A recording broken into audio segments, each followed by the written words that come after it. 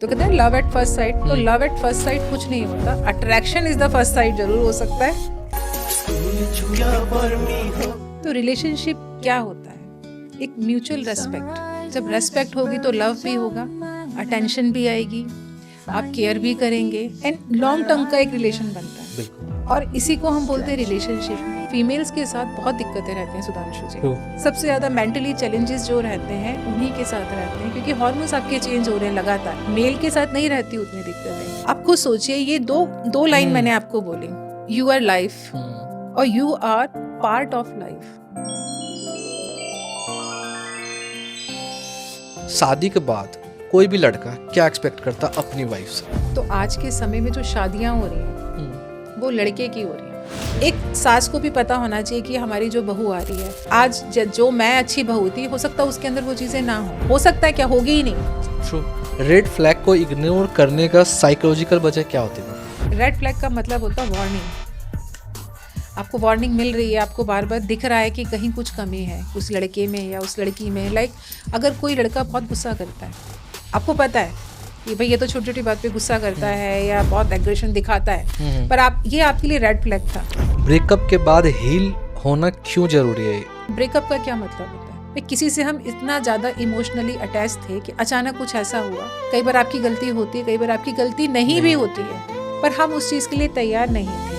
Self love और relationship balance का practical formula क्या है? सेल्फ लव का मतलब होता है सबसे पहले आप अपने आप को रेस्पेक्ट देना सीखिए। रियल रिलेशनशिप में स्टेबिलिटी ज्यादा इंपॉर्टेंट होती है या इंटेंसिटी में? इंटेंसिटी का क्या मतलब होता है? इंटेंसिटी होती है एकदम आई और गई, पर स्टेबिलिटी क्या होती है? लॉन्ग टर्म में चलती है। तो स्टेबिलिटी बहुत जरूरी है। साथ साथ मैम ये भी बता दो, ये डार्क साइकोलॉजी क्या होता है? अच्छा, आप किस संदर्भ में पूछ रहे हैं? रिलेशनशिप के संदर्भ में? जी ठीक है।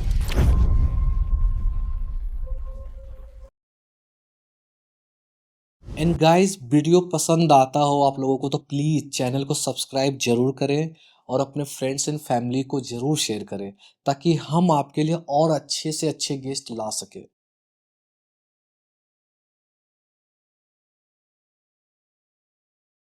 Welcome to the PWS show. Ma'am कैसे हो आप? मैं अच्छी हूँ सुधांशु जी, आप कैसे हैं? बहुत बढ़िया मैम।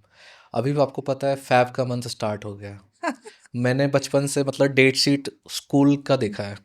अभी डेट शीट लोग पास ऑन करना स्टार्ट कर दिए। इस दिन ये डेट्स है, इस दिन ये चीज़ें, टेडी डे, रोज डे, पता नहीं कितने सारे। मैंने तो कभी सेलिब्रेट नहीं किया। ओके। बट लोगों को ना मैंने देखा है कि रिलेशनशिप के बारे में बहुत कुछ जानना है। और कई ऐसे रिलेशनशिप में जहाँ पर ना शायद इनके साथ जो लास्ट डेट शीट होता है शायद ब्रेकअप का होता है कुछ, तो कई रिलेशनशिप एंड भी हो जाता है। तो मैं चाहता हूँ इस पॉडकास्ट के थ्रू आज जो भी रिलेशनशिप को और अच्छे से समझना चाह रहे हैं कि रिलेशनशिप में मतलब क्या क्या चीज़ें म्यूचुअल है जो हमें आपस में समझना चाहिए, पार्टनर को कितना टाइम देना चाहिए, गैप कितना रखना चाहिए। तो मैं चाहता हूँ इसके बारे में पूरी डिटेल में बात करें आज। हाँ बिल्कुल बिल्कुल सुधांशु जी। सबसे पहले तो मैम ये बताओ, हेल्दी रिलेशनशिप क्या होता है? ये क्वेश्चन अगर मैं बोलूं आपसे तो क्वेश्चन आना चाहिए था रिलेशनशिप क्या होता है। ओके, हेल्दी क्योंकि रिलेशनशिप। हेल्दी तो हम तब समझेंगे ना जब हमें पता लगेगा कि एक प्रॉब्लम क्या है।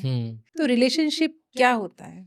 एक म्यूचुअल रेस्पेक्ट, सिर्फ एक म्यूचुअल रेस्पेक्ट। जब रेस्पेक्ट होगी तो लव भी होगा, अटेंशन भी आएगी, आप केयर भी करेंगे एंड लॉन्ग टर्म का एक रिलेशन बनता है। बिल्कुल। और इसी को हम बोलते हैं रिलेशनशिप। अब इसमें अगर जब हेल्दी शब्द इस्तेमाल करते हैं तो हेल्दी अगर मैं जोड़ूंगी तो ऐसा लगेगा कि परफेक्ट की बात कर रही हूँ मैं। जी। सो मैं बताना चाहूंगी there is no perfect at all. आप जिस चीज को हेल्दी मान रहे हैं अपने लिए, हो सकता है दूसरे वाले के लिए वो हेल्दी ना हो। ट्रू। आप चाहते हैं कि भाई मुझे एक इमोशनल स्पेस मिले मेरे रिलेशनशिप में, मतलब मैं आपसे जब चाहूँ जैसे मर्जी बात कर सकती हूँ, अपनी प्रॉब्लम डिस्कस कर सकती हूँ बिना जज, सिर्फ डिस्कशन मुझे करना है। पर दूसरा वाला कह रहा है कि आप मेरा टाइम खराब कर रहे हो, भाई तुम्हें तो हमेशा स्पेस चाहिए होता है। तो यहाँ हेल्दी नहीं होना चाहिए। रिलेशनशिप क्या है? जहाँ प्यार होगा, जहाँ रेस्पेक्ट होगी, जहाँ केयर होगा और कंसिस्टेंसी रहेगी उन चीजों में, वो आप हेल्दी रिलेशनशिप कह सकते हैं। ओके। तो कई बार क्या होता है ना, जैसे आप देखोगे जो भी शादी करते हैं उसके पहले का जो रिलेशनशिप होता है वो बिल्कुल कंप्लीटली डिफरेंट होता है। बिल्कुल। जब शादी करता है इंसान तो एक रिस्पॉन्सिबिलिटी कह लो आ जाता है, उसके बाद थोड़ा सा जो थॉट प्रोसेस होता है वो चेंज हो जाता है। तो वो क्या मतलब उस मोमेंट को कैसे कोई एंजॉय करे या उस मोमेंट को वापिस पहले के फॉर्म में कैसे लाए? ओके, देखिए अगर आप बात करते हैं लव या प्यार या अफेक्शन, जिसे हम सोशल मीडिया पे देखते हैं, फिल्मों में देखते आए हैं, गानों में देखते आए हैं, love is equal to pain, sacrifices.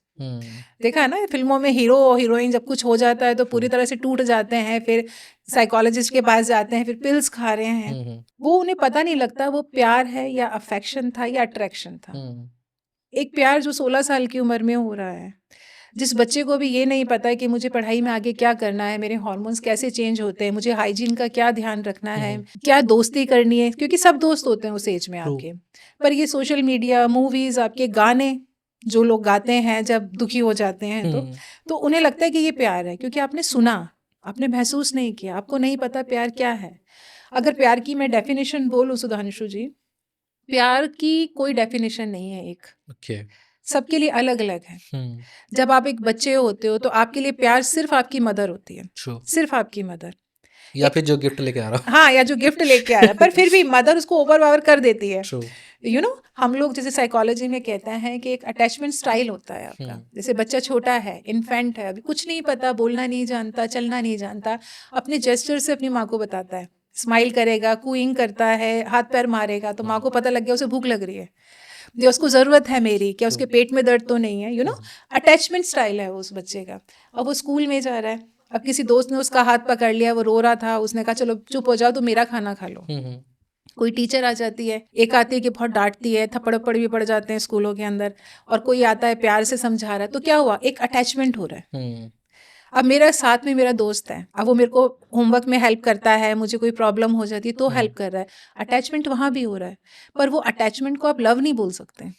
पर लव हम कब समझ रहे हैं, जब हम फिल्मों में देख रहे हैं, हम गाने सुन रहे हैं, हम लोगों को देख रहे हैं कि वैलेंटाइन डे आ रहा है तो भाई अब तो कुछ खास हो रहा है जी। मतलब कुछ खास है, रेड फूल, रेड ये, रेड वो, और मैं बोलूँ रेड तो खतरा होता है मेरे लिए लव, और रेड तो सिंबल ऑफ लव है, हार्ट और ये सारे। पर मैं आपकी सबकी अपनी अपनी डेफिनेशन है लव के लिए। अब शिफ्ट हुआ प्यार यहाँ पर, अब आपको 12th का आपको खतरा है कि भाई मार्क्स अच्छे आने चाहिए, कॉलेज में एडमिशन चाहिए। अब क्या हो रहा है, जो रोज आपको फोन करते थे, इवन वो अटैचमेंट था, लव नहीं था वो, बट आपको समझ नहीं आया। ठीक है, अभी आपको कोर्सेज ज्वाइन करने हैं, भाई कोई एग्जाम निकालना है, कोई एंट्रेंस, और आपको पता वो हंसी खेल नहीं है। देन उसके बाद क्या होता है, वो जो 100% आप देते थे अपने दोस्त को, अब कितना % रह जाएगा, वो 20-30 मान। अब आपको पढ़ाई पे ध्यान देना, पढ़ाई के बीच में ये और चीजें होने लगती हैं, देन उसके बाद आपको अपना करियर देखना है, और ये सब चीजें साथ में चल रही होती हैं। उस समय आप फ्री भी हैं थोड़ा सा कि आज गुलाब का फूल दे दिया, आज कुछ दे दिया, मतलब रहते हैं कैसे ना कैसे कनेक्ट जी। पर शादी हो जाती है, फिर क्या होता है, फिर आप परेशान नहीं होते कि वो जो इमोशनल स्पेस मुझसे मांगा जा रहा है कि मैं इससे अच्छा तो अपना काम ही कर लूँ ऑफिस का, हम उस शिफ्टिंग को बर्दाश्त नहीं कर पाते, क्योंकि हमने क्या करा ना, अटैचमेंट को डिपेंडेंसी बना दिया। तो अटैचमेंट एंड डिपेंडेंसी, अभी बच्चों को ये समझने की ज़रूरत है, इवन बड़ों को भी, कि अटैचमेंट क्या होता है और डिपेंडेंसी क्या होती है। तो एक बेसिक फ़र्क है कि हम शिफ्टिंग को बर्दाश्त नहीं कर पा रहे हैं। सो एक बेसिक फ़र्क यही आता है। ओके, तो यही फ़र्क कह सकते हैं, जो कई बार रिस्पॉन्सिबिलिटी आती है और गैप क्रिएट हो जाता है, और ये मतलब किसी ने सोचा भी नहीं होता है। बिल्कुल, क्योंकि शादी के पहले तो हर कोई प्लानिंग ये कर रहा होता है कि ठीक है ऐसे करेंगे, ये घर लेंगे, बंगलो लेंगे ये वाली चीज़ कोई डिस्कस नहीं करता। और उसके बाद आ जाती है प्रेगनेंसी और फिर पेरेंटिंग वाले फेज। बिल्कुल, अब यहाँ देखिए, आपका लव जो कभी 100% था अपने पार्टनर के लिए, या जो भी था आपके 100% था, आपको दिन में रात में आपको डे ड्रीमिंग भी होती है, भाई सपने आप दोपहर में भी देखना स्टार्ट कर देते हैं। पर धीरे धीरे क्या हो रहा है, वो शिफ्ट हो रहा है। पहले अपनी माँ से आप बहुत प्यार करते थे, अपनी फैमिली से प्यार करते थे, फिर कोई आपकी लाइफ में आता है, वहाँ शिफ्टिंग हो जाती है। फिर क्या होता है, अगर इसी बीच प्रेगनेंसी हो जाती है तो क्या होगा, वो बच्चा जो अभी पैदा भी नहीं हुआ है, वो सारा अटैचमेंट उस बच्चे की तरफ चला जाता है। और उसके पैदा होते ही आपको ये नहीं पता मेरी वाइफ ने खाना खाया नहीं खाया, आपको ये पता है कि वो रो क्यों रहा है, यू नो, सुलाएगा कौन उसको। तो हम उस शिफ्टिंग के लिए तैयार नहीं रहते, क्योंकि बहुत ज्यादा एक्सपेक्टेशन रहती है। हम फिल्मों में ये सब चीजें जो देखते हैं ना, कि हीरो ऐसा करता है हीरोइन के लिए, हीरोइन ऐसे करती है, सच्चाई में ऐसा कुछ नहीं होता। रात को 2 बजे उठना पड़ता है। हाँ, 2 बजे उठना पड़ता है। अब कौन देखेगा उसको क्योंकि हमने डिसाइड ही नहीं किया पहले भाई कौन करेगा। हमें बच्चा चाहिए तो दोनों की जिम्मेदारी है, पर पिता ये बोले कि भाई मैं थक के आता हूँ ऑफिस से, तुम्हारी जिम्मेदारी, तुम सारा दिन घर में क्या करती रहती हो। फीमेल्स के साथ बहुत दिक्कतें रहती हैं सुधांशु जी। सबसे ज्यादा मेंटली चैलेंजेस जो रहते हैं उन्हीं के साथ रहते हैं, क्योंकि हार्मोन्स आपके चेंज हो रहे हैं लगातार। मेल के साथ नहीं रहती उतनी दिक्कतें, पर अगर मेरा पार्टनर ये समझे कि नहीं हाँ सच में उसमें फिजिकली या मेंटली चेंजेस आ रहे हैं और वो उसको रेस्पेक्ट करें, तो लाइफ इजी नहीं हो जाएगी। कि हम ब्लेमबाजी करने से अच्छा है कि हम समझें कि अच्छा ये प्रॉब्लम हो जाती है बच्चों के बाद। अब आप ये सोचिए बच्चा छोटा है, अभी माँ बाप की जरूरत है, फिर बड़ा होता है फिर भी तो जरूरत होती है उसको, फिर पेरेंट्स के पास टाइम कहाँ है। तो आजकल की बहुत बड़ी प्रॉब्लम है। तो प्यार तो वहां भी है, पर ये वो वाला प्यार नहीं है जो आप सोच रहे हैं। जैसे ग्रैंड चिल्ड्रन से आपको ज्यादा प्यार हो जाता है अपने। हाँ, आप अभी ये आएगा नहीं एक्सपीरियंस होता है ना। हाँ हाँ तो ऐसा ही होता है, शिफ्ट हो रहा है आपका लगातार प्यार। जैसे कुछ लोग ये बोलते हैं ना किसी की, जैसे मैं आपको एक चीज बताती हूँ कि किसी ने बोला किसी को कि आप मेरे जीवन में सब कुछ हो, यू आर एवरीथिंग, सब कुछ हो, मतलब जो भी मैं सोच सकता हूँ आपके बिना मैं नहीं जी सकता। ये डायलॉग आप कब मारते हैं? जब कुछ जब तक शादी नहीं होती। हाँ ये भी है है, ना? या फिर कुछ इमोशनली या ये चाहिए था मुझे। मैं चांद तोड़ के ले आऊंगा, हाँ मैं ये कर दूंगा, मैं यूं कर दूंगा, मैं ये पता नहीं किसने चांद तोड़ के लाया था फर्स्ट और आपको इसकी बजाय ये कहना चाहिए कि you are the part of my family, you are the part of my life. आप मेरी फैमिली के भी एक हिस्से हैं और मेरी लाइफ के भी एक हिस्से हो, आप मेरी पूरी लाइफ नहीं हो। आप खुद सोचिए, ये दो लाइन मैंने आपको बोली, ट्रू, यू आर लाइफ और you are part of life. दोनों चीजों में बहुत बहुत फर्क फर्क है। क्योंकि कोई भी एक व्यक्ति, चाहे आपकी मदर ही सही वो आपकी, चाहे आपकी बहन सही, चाहे आपके पिता सही, कोई भी रिलेशन हो सकता है आपका, True. वो सब कुछ नहीं हो सकता आपके लिए, कभी नहीं हो सकता। बिल्कुल। हर समय पे आपको हर किसी की जरूरत रहती है।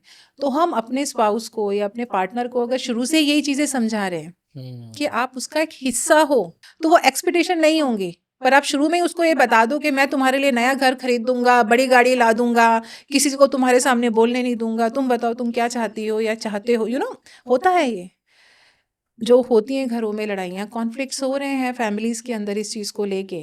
भाई जो बड़े लोग हैं वो भी एडजस्ट नहीं करते, भाई हमारे यहाँ ये नहीं पहनते, हमारे यहाँ ये नहीं करते, पर दूसरा वाला तो समझने को ही तैयार नहीं है। क्यों? क्योंकि उसके पार्टनर ने उसको कुछ अलग ही दुनिया दिखा रखी थी, रियल ग्राउंड पे वो आए ही नहीं कभी। कि अब जब बहू बनते हो आप, जब शादी हो जाती है आपकी, तो वहां पर एक सास भी है, एक ससुर भी है, एक फैमिली है। भाई अब वहां पर वैसा नहीं हो सकता, थोड़ी बहुत फर्क तो आएगा ही ना, पर हम उस चेंज के लिए तैयार नहीं होते। बिल्कुल। क्यों? क्योंकि हम एक फैंटेसी वर्ल्ड से आ रहे हैं। True. और इसने दिखाया किसने हमें? हमारे ही पार्टनर ने जी। और अरिजीत सिंह के गानों ने रुला दिया है। हाँ। एक चीज बता रहा मैम, लाइक एक प्रैक्टिकल डेमो, अगर आज आप 18 की होती या 21 24 जो भी है इस रख लेते हैं, आप अगर पार्टनर ढूंढते हैं अपने लिए, तो आज किस टाइप के आप देखते कि ये क्वालिटी होनी चाहिए थी लड़के में, तो ही मैं आगे फर्दर रिलेशनशिप की बात कर सकते हैं या आगे ले जाना रिलेशन को? देखिए जिस एज की आप बात कर रहे हैं ना, ये एक फैंटेसी वर्ल्ड होता है, इसमें फैंटेसी की दुनिया है, आपको कुछ नहीं पता, आप खुद से जज नहीं कर सकते कुछ चीजें, पर आपकी जो सराउंडिंग्स है ना, इसका प्रेशर आपके ऊपर सबसे ज्यादा रहता है। सबसे ज्यादा जो आपको अट्रैक्ट करता है, वो किसी का भी फिजिकल अटेंशन आप चाहते हैं, किसी का भी कोई फिजिकली फिट है तो सबसे ज्यादा अटेंशन वहीं गेन होती है, क्योंकि हम देखते हैं फिल्मों में भी अपने कि हीरो का लुक कैसे होता है। हम एक ऐसा व्यक्ति अपने जीवन में नहीं चाहते जो देखने में अच्छा नहीं है। पर ये कौन सी एज की बात हो रही है? 20-21 साल, जहां आप अपने घर वालों की नहीं सुनते हैं। उस समय आप 24 घंटे बस लड़ने को बैठे रहते हैं। उन्होंने कहा ये कप यहाँ से यहाँ रख दो, उसमें भी लड़ाई हो जाती है। ऐसे में आप जीवन साथी या कोई भी रिलेशनशिप में कैसे जा सकते हैं? वो तो आप बताओगे मैम। नहीं जा सकते, क्योंकि आपको हमने एज्यूम किया है 18। सो 18 में कर रहे हैं तो मेरे पास बहुत सारे प्रेशर हैं, ठीक है, पर मैं नहीं कर सकती, मैं नहीं, कोई भी नहीं कर सकता। वो अटेंशन है सिर्फ। मैं ये इसलिए पूछ रहा हूँ मैम, लाइक जो भी वैलेंटाइन वाला फेज है ना, ज़्यादातर चलता इन्हीं में है, 18 to 24 एज्यूम कर लेते हैं। उसके बाद मैं समझता हूँ सारे मैच्योर होते हैं, समझते हैं हर चीज़ की, गुलाब से काम नहीं चलेगा, धनिया से शायद चलेगा। हाँ, धनिया से चलेगा। तो मैं चाहता हूँ जैसे लाइक जो भी आपको लगता है ना कि पर्सनल मैं होती इस एज में ना, तो मुझे इस चीज़ की क्लैरिटी होनी चाहिए। मुझे ये नहीं चाहिए कि जो चांद ले आऊँ, या जिसे बोला ना हमने पूरी दुनिया मेरी तुम ही हो, तो वो वाला चीज़ कह रहा। तो मैंने भी कहा आपसे, ये फैंटेसी है। एक 18 साल का बच्चा मैच्योर हो सकता है, मैच्योर इन द सेंस उसका आईक्यू बहुत अच्छा हो सकता है, उसका ईक्यू अच्छा हो, ये ज़रूरी नहीं है। ईक्यू का मतलब होता है इमोशनली वो स्टेबल है। आप इमोशनली स्टेबल होते हैं 18 साल की उम्र में? नहीं होते, कभी नहीं हो सकते आप। आपको प्रॉब्लम, आपको तो टेंशन रहती है कि भाई मुझे ये एग्ज़ाम क्रैक करना है, मुझे ये जाना है, मुझे वो पोस्ट चाहिए, या मुझे अपने करियर में आगे जाना है, मेरा दोस्त आगे कैसे निकल गया, ये भी प्रॉब्लम क्रिएट हो जाती है। अब ऐसे में कई बार जब रिलेशनशिप बनते हैं आपस में, सिर्फ दिखावा होता है। तो उस टाइम के कह सकते हैं हम एक रियल रिलेशनशिप नहीं होता है, कोई रियल, बस एक अट्रैक्शन होता है। अट्रैक्शन है। तो कहते हैं लव एट फर्स्ट साइट, तो लव एट फर्स्ट साइट कुछ नहीं होता, attraction is the first sight जरूर हो सकता है। तो ये एक होता है इसके अंदर। मैम कपल की बात ही कर रहे हैं, साथ साथ चलते हैं, आपको क्या लगता है कब कपल को काउंसलिंग की जरूरत पड़ती है? ओके, स्ट्रॉन्ग बोल लो या वीकनेस। ठीक है, आपने कपल बोला, पर मैं नॉर्मली भी जब हम रिलेशनशिप में बात करते हैं, कपल्स के अलावा भी जो फैमिली के भी लोग होते हैं, जब प्रॉब्लम्स, फैमिली भी वहाँ पे एक रिलेशनशिप बन रहा है आपका, कि आपकी मदर से नहीं बनती, आपकी फादर से नहीं बन रही, बहू की सास से नहीं बन रही, बहुत वैसे ज्यादातर इन फेज वाले आते हैं क्या? बिल्कुल बिल्कुल आते हैं, बिल्कुल। कपल के अलावा ये लोग भी आते हैं? हाँ, आपको क्या लगता है काउंसलिंग का मतलब क्या है? हम एक चीज में नहीं है कि रिलेशनशिप का मतलब कपल काउंसलिंग होता है, नहीं। ऐसे भी लोग हैं कि बच्चे आ रहे हैं कि मेरे पापा मेरी नहीं सुनते हैं, पापा का डर है, मम्मी का डर है, मम्मी पापा में इतने कॉन्फ्लिक्ट्स हैं कि भाई बच्चे बात ही नहीं कर सकते। उन्हें करना कुछ था, पर पेरेंट्स ने डर इतना बैठा दिया उनके दिमाग में कि आपको साइंस ही चाहिए, आपको कॉमर्स ही चाहिए।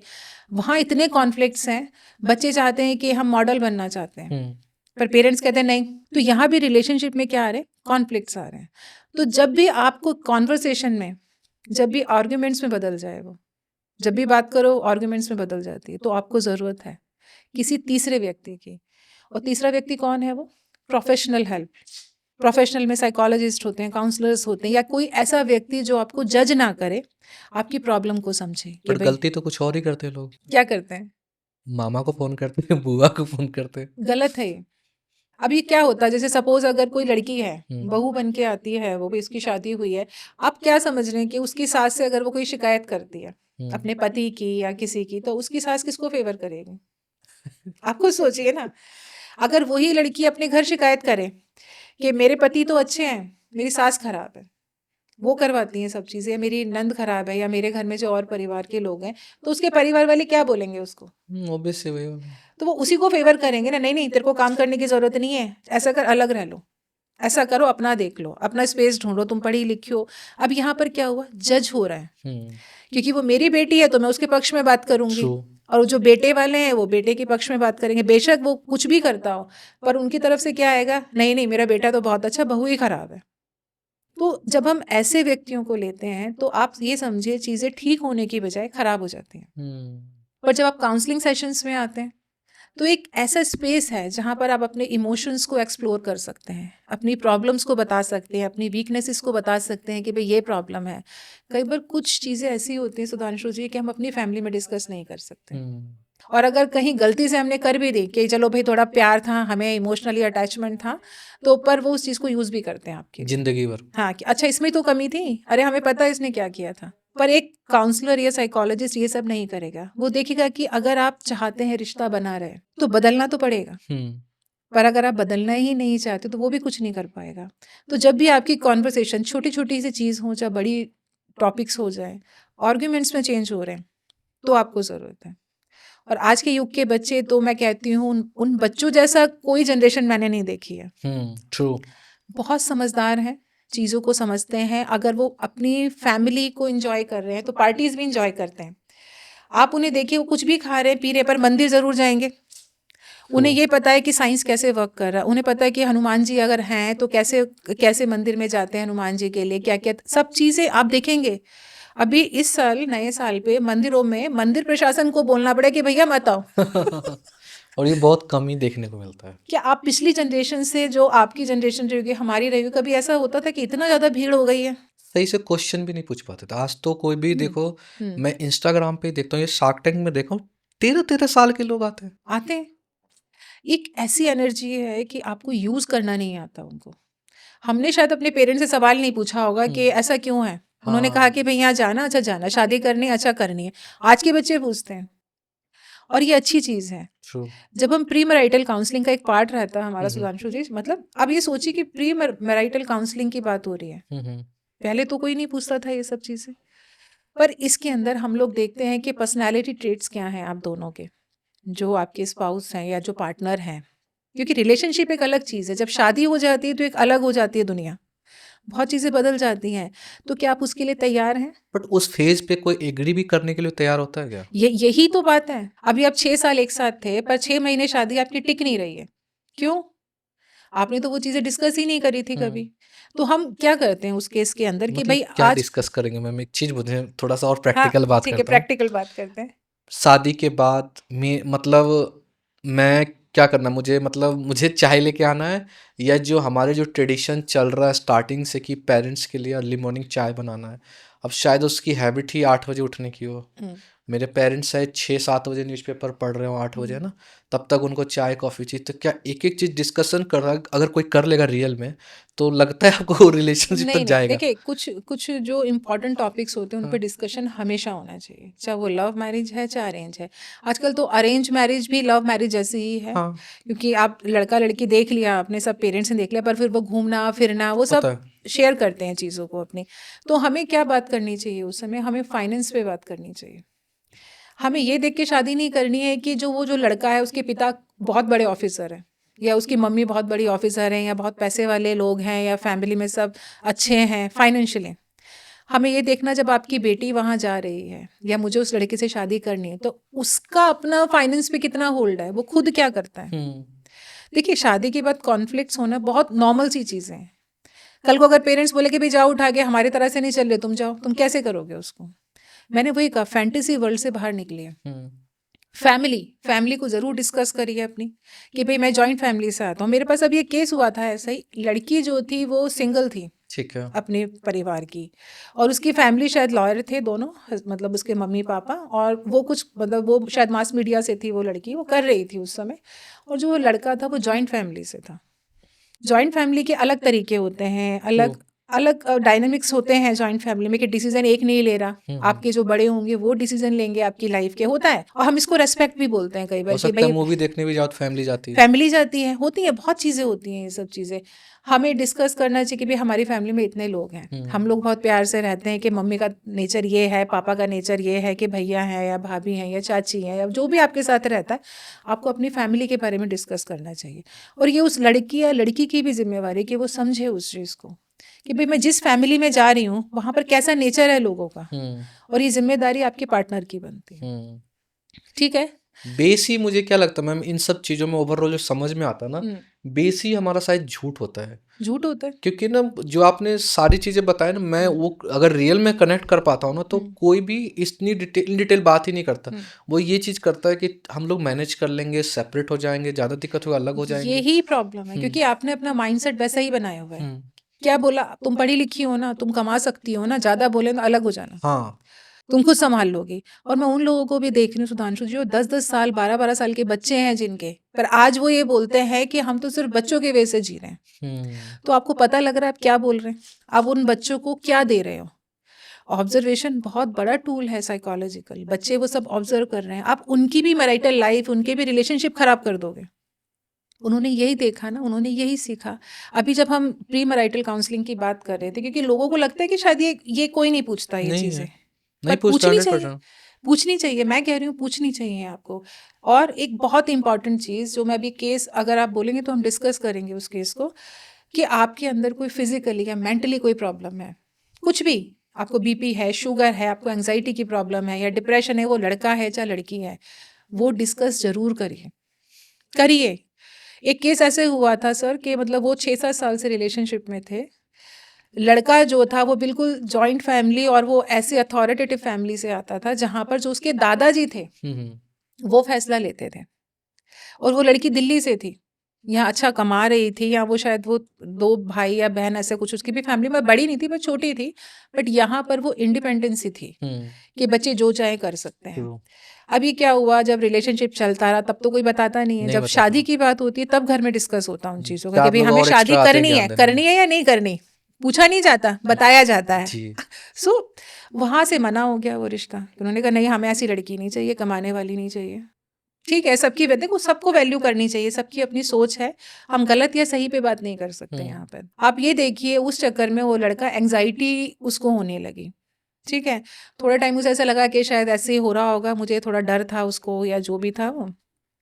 देन उसके बाद 2-3 महीने बाद ही उसको दवाइयाँ खाने शुरू हो गई, एंग्जाइटी उसने लेना स्टार्ट किया। तो जब मेरे पास वो केस आया तो मैंने उनको बोला ये फर्स्ट फेज है। हाँ, सो मैंने उनसे पूछा कि एंग्जाइटी आपको कैसे पता एंग्जाइटी है? तो उन्होंने मुझे बहुत सारी चीज़ें बताई कि ऐसा ऐसा हो रहा है, बताया। फैमिली के आगे मैं बोल नहीं सकता हूँ क्योंकि मेरे दादाजी की चलती है आज भी, और उन्होंने जो कह दिया वो फाइनल है। और लड़की भी दूसरे उससे आती थी, कास्ट, दूसरी कास्ट की थी वो। अब आप ये देखिए, अब वो लड़का दोनों के बीच में फंस गया।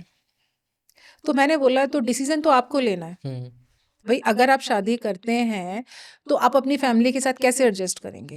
और अगर कोई फैंटेसी दुनिया बसा रखी है कि नहीं मैं देख लूंगा, मैं कर लूंगा, कुछ नहीं, सब ठीक हो जाता है, कैसे करोगे? आप तो खुद ही ठीक नहीं हो। कहते नहीं, डॉक्टर ने मुझे बोला है कि तो एंग्जाइटी है, ठीक हो जाएगी, आप दवाइयाँ लो।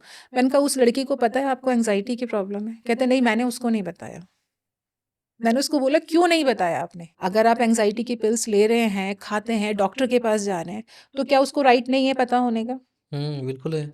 शादी के बाद कुछ कॉन्फ्लिक्ट होता है, बेशक आप यहाँ दिल्ली में रह रहे हैं, आपने अपना घर बना लिया है, कि कभी फैमिली से नहीं मिलेंगे आप अपने? बिल्कुल मिलेंगे। क्या वो इशू क्रिएट नहीं करेंगे आपकी लाइफ में? आप कैसे झेलेंगे?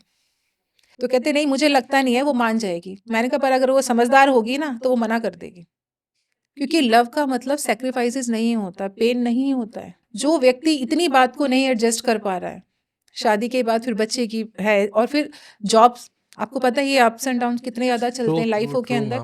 तो कहते मुझे बताना चाहिए उसको। मैं कहा बिल्कुल आपको बताना चाहिए कि भाई ये मेरा प्रिस्क्रिप्शन है, ये मैं दवाई ले रहा हूँ इस चीज़ की, मुझे एंग्जाइटी इश्यूज़ हैं, डॉक्टर कह रहे हैं ठीक हो जाऊँगा, पर आप बताओ आपको क्या करना है। ठीक है, मैं अपनी फैमिली से भी लड़ लेता हूँ आपके लिए। तो आपकी जिम्मेदारी बनती है नहीं बताना। आपको बीपी है, शुगर है, आपको कोई दिक्कत है, तो क्या आप डिस्कस नहीं कर सकती ये चीज़ें? रदर देन के शादी के बाद चीज़ें पता लगे कि अरे इन्हें तो बीपी की प्रॉब्लम है, अरे इन्हें तो शुगर है। तो किसी के साथ अनफेयर करने से अच्छा ये जो हम प्री मैरिटल काउंसलिंग के सेशंस होते हैं, यहाँ पर आपके साथ जो भी समस्याएं हैं कि भाई मुझे गुस्सा बहुत जल्दी आ जाता है, तो आपको पता है आपके पार्टनर को गुस्सा बहुत आता है, अभी ऑप्शन है छोड़ने का, देन उसके बाद क्या होगा? तो ये बहुत ज़रूरी है जो हमें डिस्कस करना चाहिए। और हम कहते हैं कि नहीं नहीं, इनकी तो ज़रूरत है नहीं, लड़का तो पैसे वाला है, कमाता है, लड़की बहुत अच्छे घर से आ रही है। क्या मेंटल कंडीशन उस बच्चे की ठीक है जो शादी करना चाह रहा है? ये पेरेंट्स की भी बहुत ड्यूटी बनती है आपकी। मैं पेरेंट्स को भी बोलूँगी कि अगर आप चाहते हैं कि आपके बच्चों की लाइफ अच्छी बनी रहे, स्पेशली मैरिज लाइफ, क्योंकि आजकल मुझे लगता है आने वाले समय में ये कॉन्सेप्ट ही खत्म हो जाएंगे शादी का, क्योंकि लोगों में उतने पेशेंस है नहीं, सिर्फ अपने आप को ऊपर रखना चाहते हैं। अगर पेरेंट्स को ये पता है कि भाई मेरी बेटी बहुत गुस्से वाली है, या मेरी बेटी के अंदर ये प्रॉब्लम है, या उसकी कोई दवाइयाँ चल रही हैं, शादी करने से पहले उससे 10 बार पूछिए इस चीज़ को कि बेटा हम चाहते हैं आपकी शादी करना, आप तैयार हो? पूछो उस चीज़ को।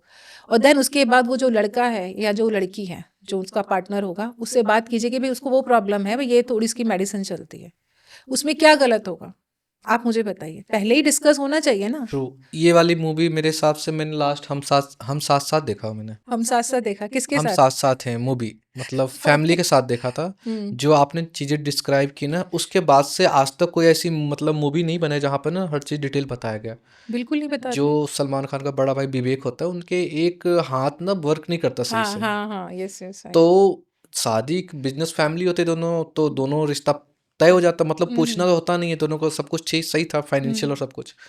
लड़के के मन में आया कि नहीं मुझे इस बीमारी के बारे में बताना चाहिए, और सेपरेटली वो लिख के भेजता है। और लड़की को वो वाली अच्छाई उसको ज़्यादा अट्रैक्ट कर जाती है, क्योंकि दुनिया तो छुपाना चाहती है, लेकिन उन्होंने देखा कि नहीं यार ये बताया सामने से, तो उनका रिलेशनशिप और मजबूत हो गया है।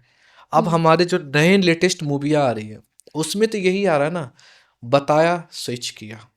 तो देखो मैं समझता हूँ कि ये सीख कहाँ से हम रहे चीज़ों को, हम चीज़ें तो वहीं से सीख रहे हैं ना, या तो हम पुरानी चीज़ें रिपीट कराएं, बट लोगों का इंटरेस्ट उन चीज़ों से हटता जा रहा है। आप खुद देखोगे ना, पुराने फिल्में जैसे हम साथ साथ ही था, हम आपके हैं कौन, नदिया के पार, ये सब जो मूवी थी, बिल्कुल अलग ही कॉन्सेप्ट पे मूवी था। कोई अट्रैक्शन की बात नहीं हो रही थी, प्यार का उनका इजहार करने के तरीके भी सब अलग था, लेकिन आज तो अलग ही है ना सब कुछ। अच्छा, एक बात बताइए मुझे सुधांशु जी, जब हम लव की बात करते हैं या अफेक्शन की बात करते हैं, लव का मतलब बांधना होता है? नहीं, बिल्कुल नहीं या होता। उसको फ्रीडम देना होता है? फ्रीडम ही है, लेकिन फ्रीडम नहीं है आज की डेट में। तो आप तैयार नहीं है ना दूसरे की प्रॉब्लम को समझने के लिए।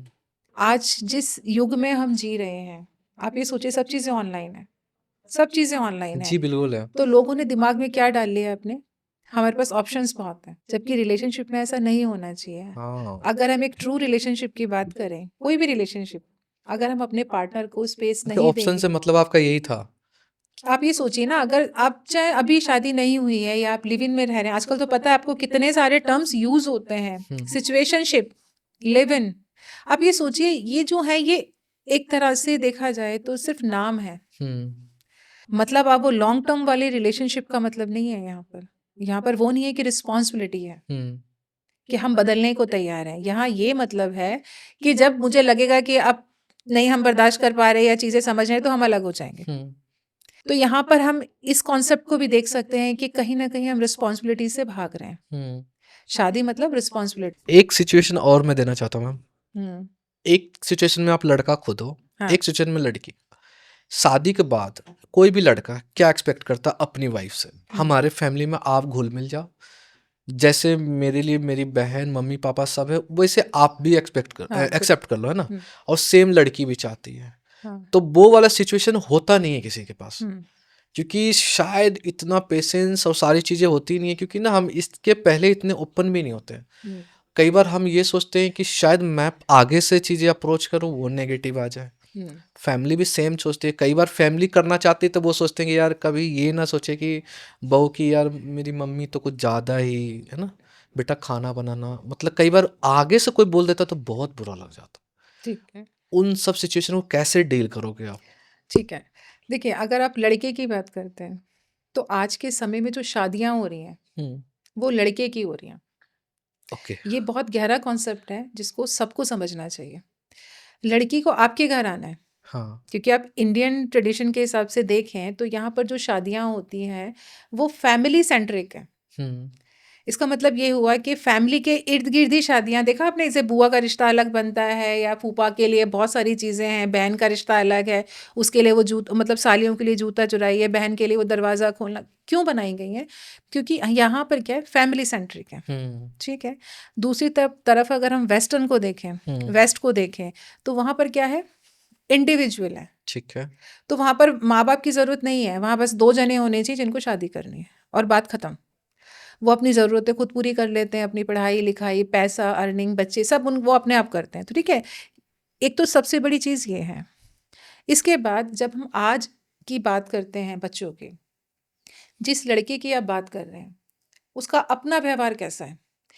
जॉइंट फैमिली में रहने का मतलब ये कभी नहीं होता कि आप भी अपनी फैमिली से प्यार करते हैं। कुछ बच्चों को मैंने ऐसा भी देखा है कि सर वो जीवन भर ज्वाइंट फैमिली हम पेरेंट के साथ भी कंसीडर कर रहे हैं, या जो चाचा ताऊ होते हैं? नहीं, पेरेंट्स के साथ की बात कर रही हूँ मैं अभी। जॉइंट का मतलब आजकल मुझे लगता नहीं बड़ी फैमिलियां साथ में रह रही हैं, कुछ एक आध होंगी। मैं यही सोच रहा हूँ कि नहीं। इतने, मतलब ये तो फर्स्ट स्टेज ही था, इसमें भी हम ज्वाइंट जोड़ दिए ना, तो मुझे जॉइंट लगा ऐड ऑन हो गया। आज हम न्यूक्लियर फैमिली की बात करते हैं। हाँ। और nuclear family is a perfect family जो कि फैलाया जाता है, समझाया जाता है, जहाँ हस्बैंड वाइफ और 2 बच्चे, ये परफेक्ट फैमिली है।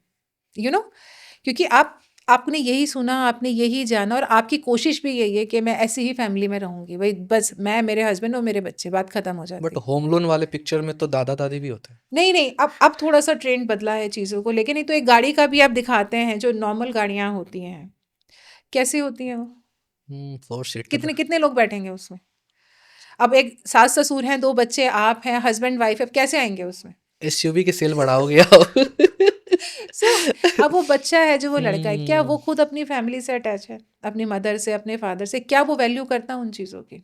सबसे बड़ी बात, आजकल बच्चों का ये भी देखा गया है कि जैसे ही वो करियर जो चाहते थे उन्होंने बना लिया, देन उसके बाद वो फैमिली को रेस्पेक्ट भी नहीं करते।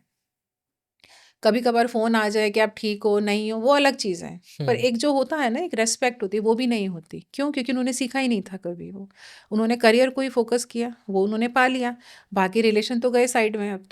अब ऐसे में शादी हो जाती है। ठीक है, शादी ये लड़की वाला साइड है, ये लड़के वाले की बता रही हूँ मैं आपको, क्योंकि लड़की को आना है। मैंने क्या बोला, लड़के की शादी होती है, लड़की की नहीं हो रही आज के समय में शादी, लड़के की शादी। लड़के की शादी हो रही। क्यों? उसको ही बैलेंस करना है। पहले जो लड़कियां आती थी सबमिसिव आती थी कि भाई हमारी यही फैमिली है, आपको समझा के ये भेजा जाता था कि बेटा बस अब वही घर है। तो दिमाग में आपकी क्या फीड है यही घर है, यहीं एडजस्ट करना है, यहीं के रीति रिवाज करने हैं, जो भी आप पूरी तरह से तैयार थे।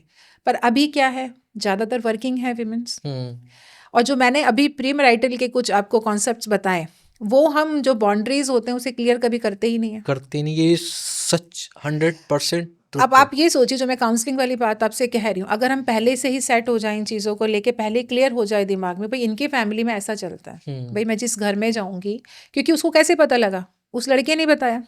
अब वो लड़का अगर कुछ ना बताए और उसके बाद उससे पूरी उम्मीद रखे कि मेरे पापा 4 बजे चाय पी लेते हैं, 6 बजे तो अखबार आ जाता है, मेरी मम्मी 1 घंटा पूजा करती हैं, हम ऐसे नहीं पहनते, हम ऐसे नहीं खाते हैं, हम लोग साथ बैठ के, उसके लिए तो अलग हो गई ना दुनिया, वो दुनिया ही अलग हो गई। अब वो क्या करेगी?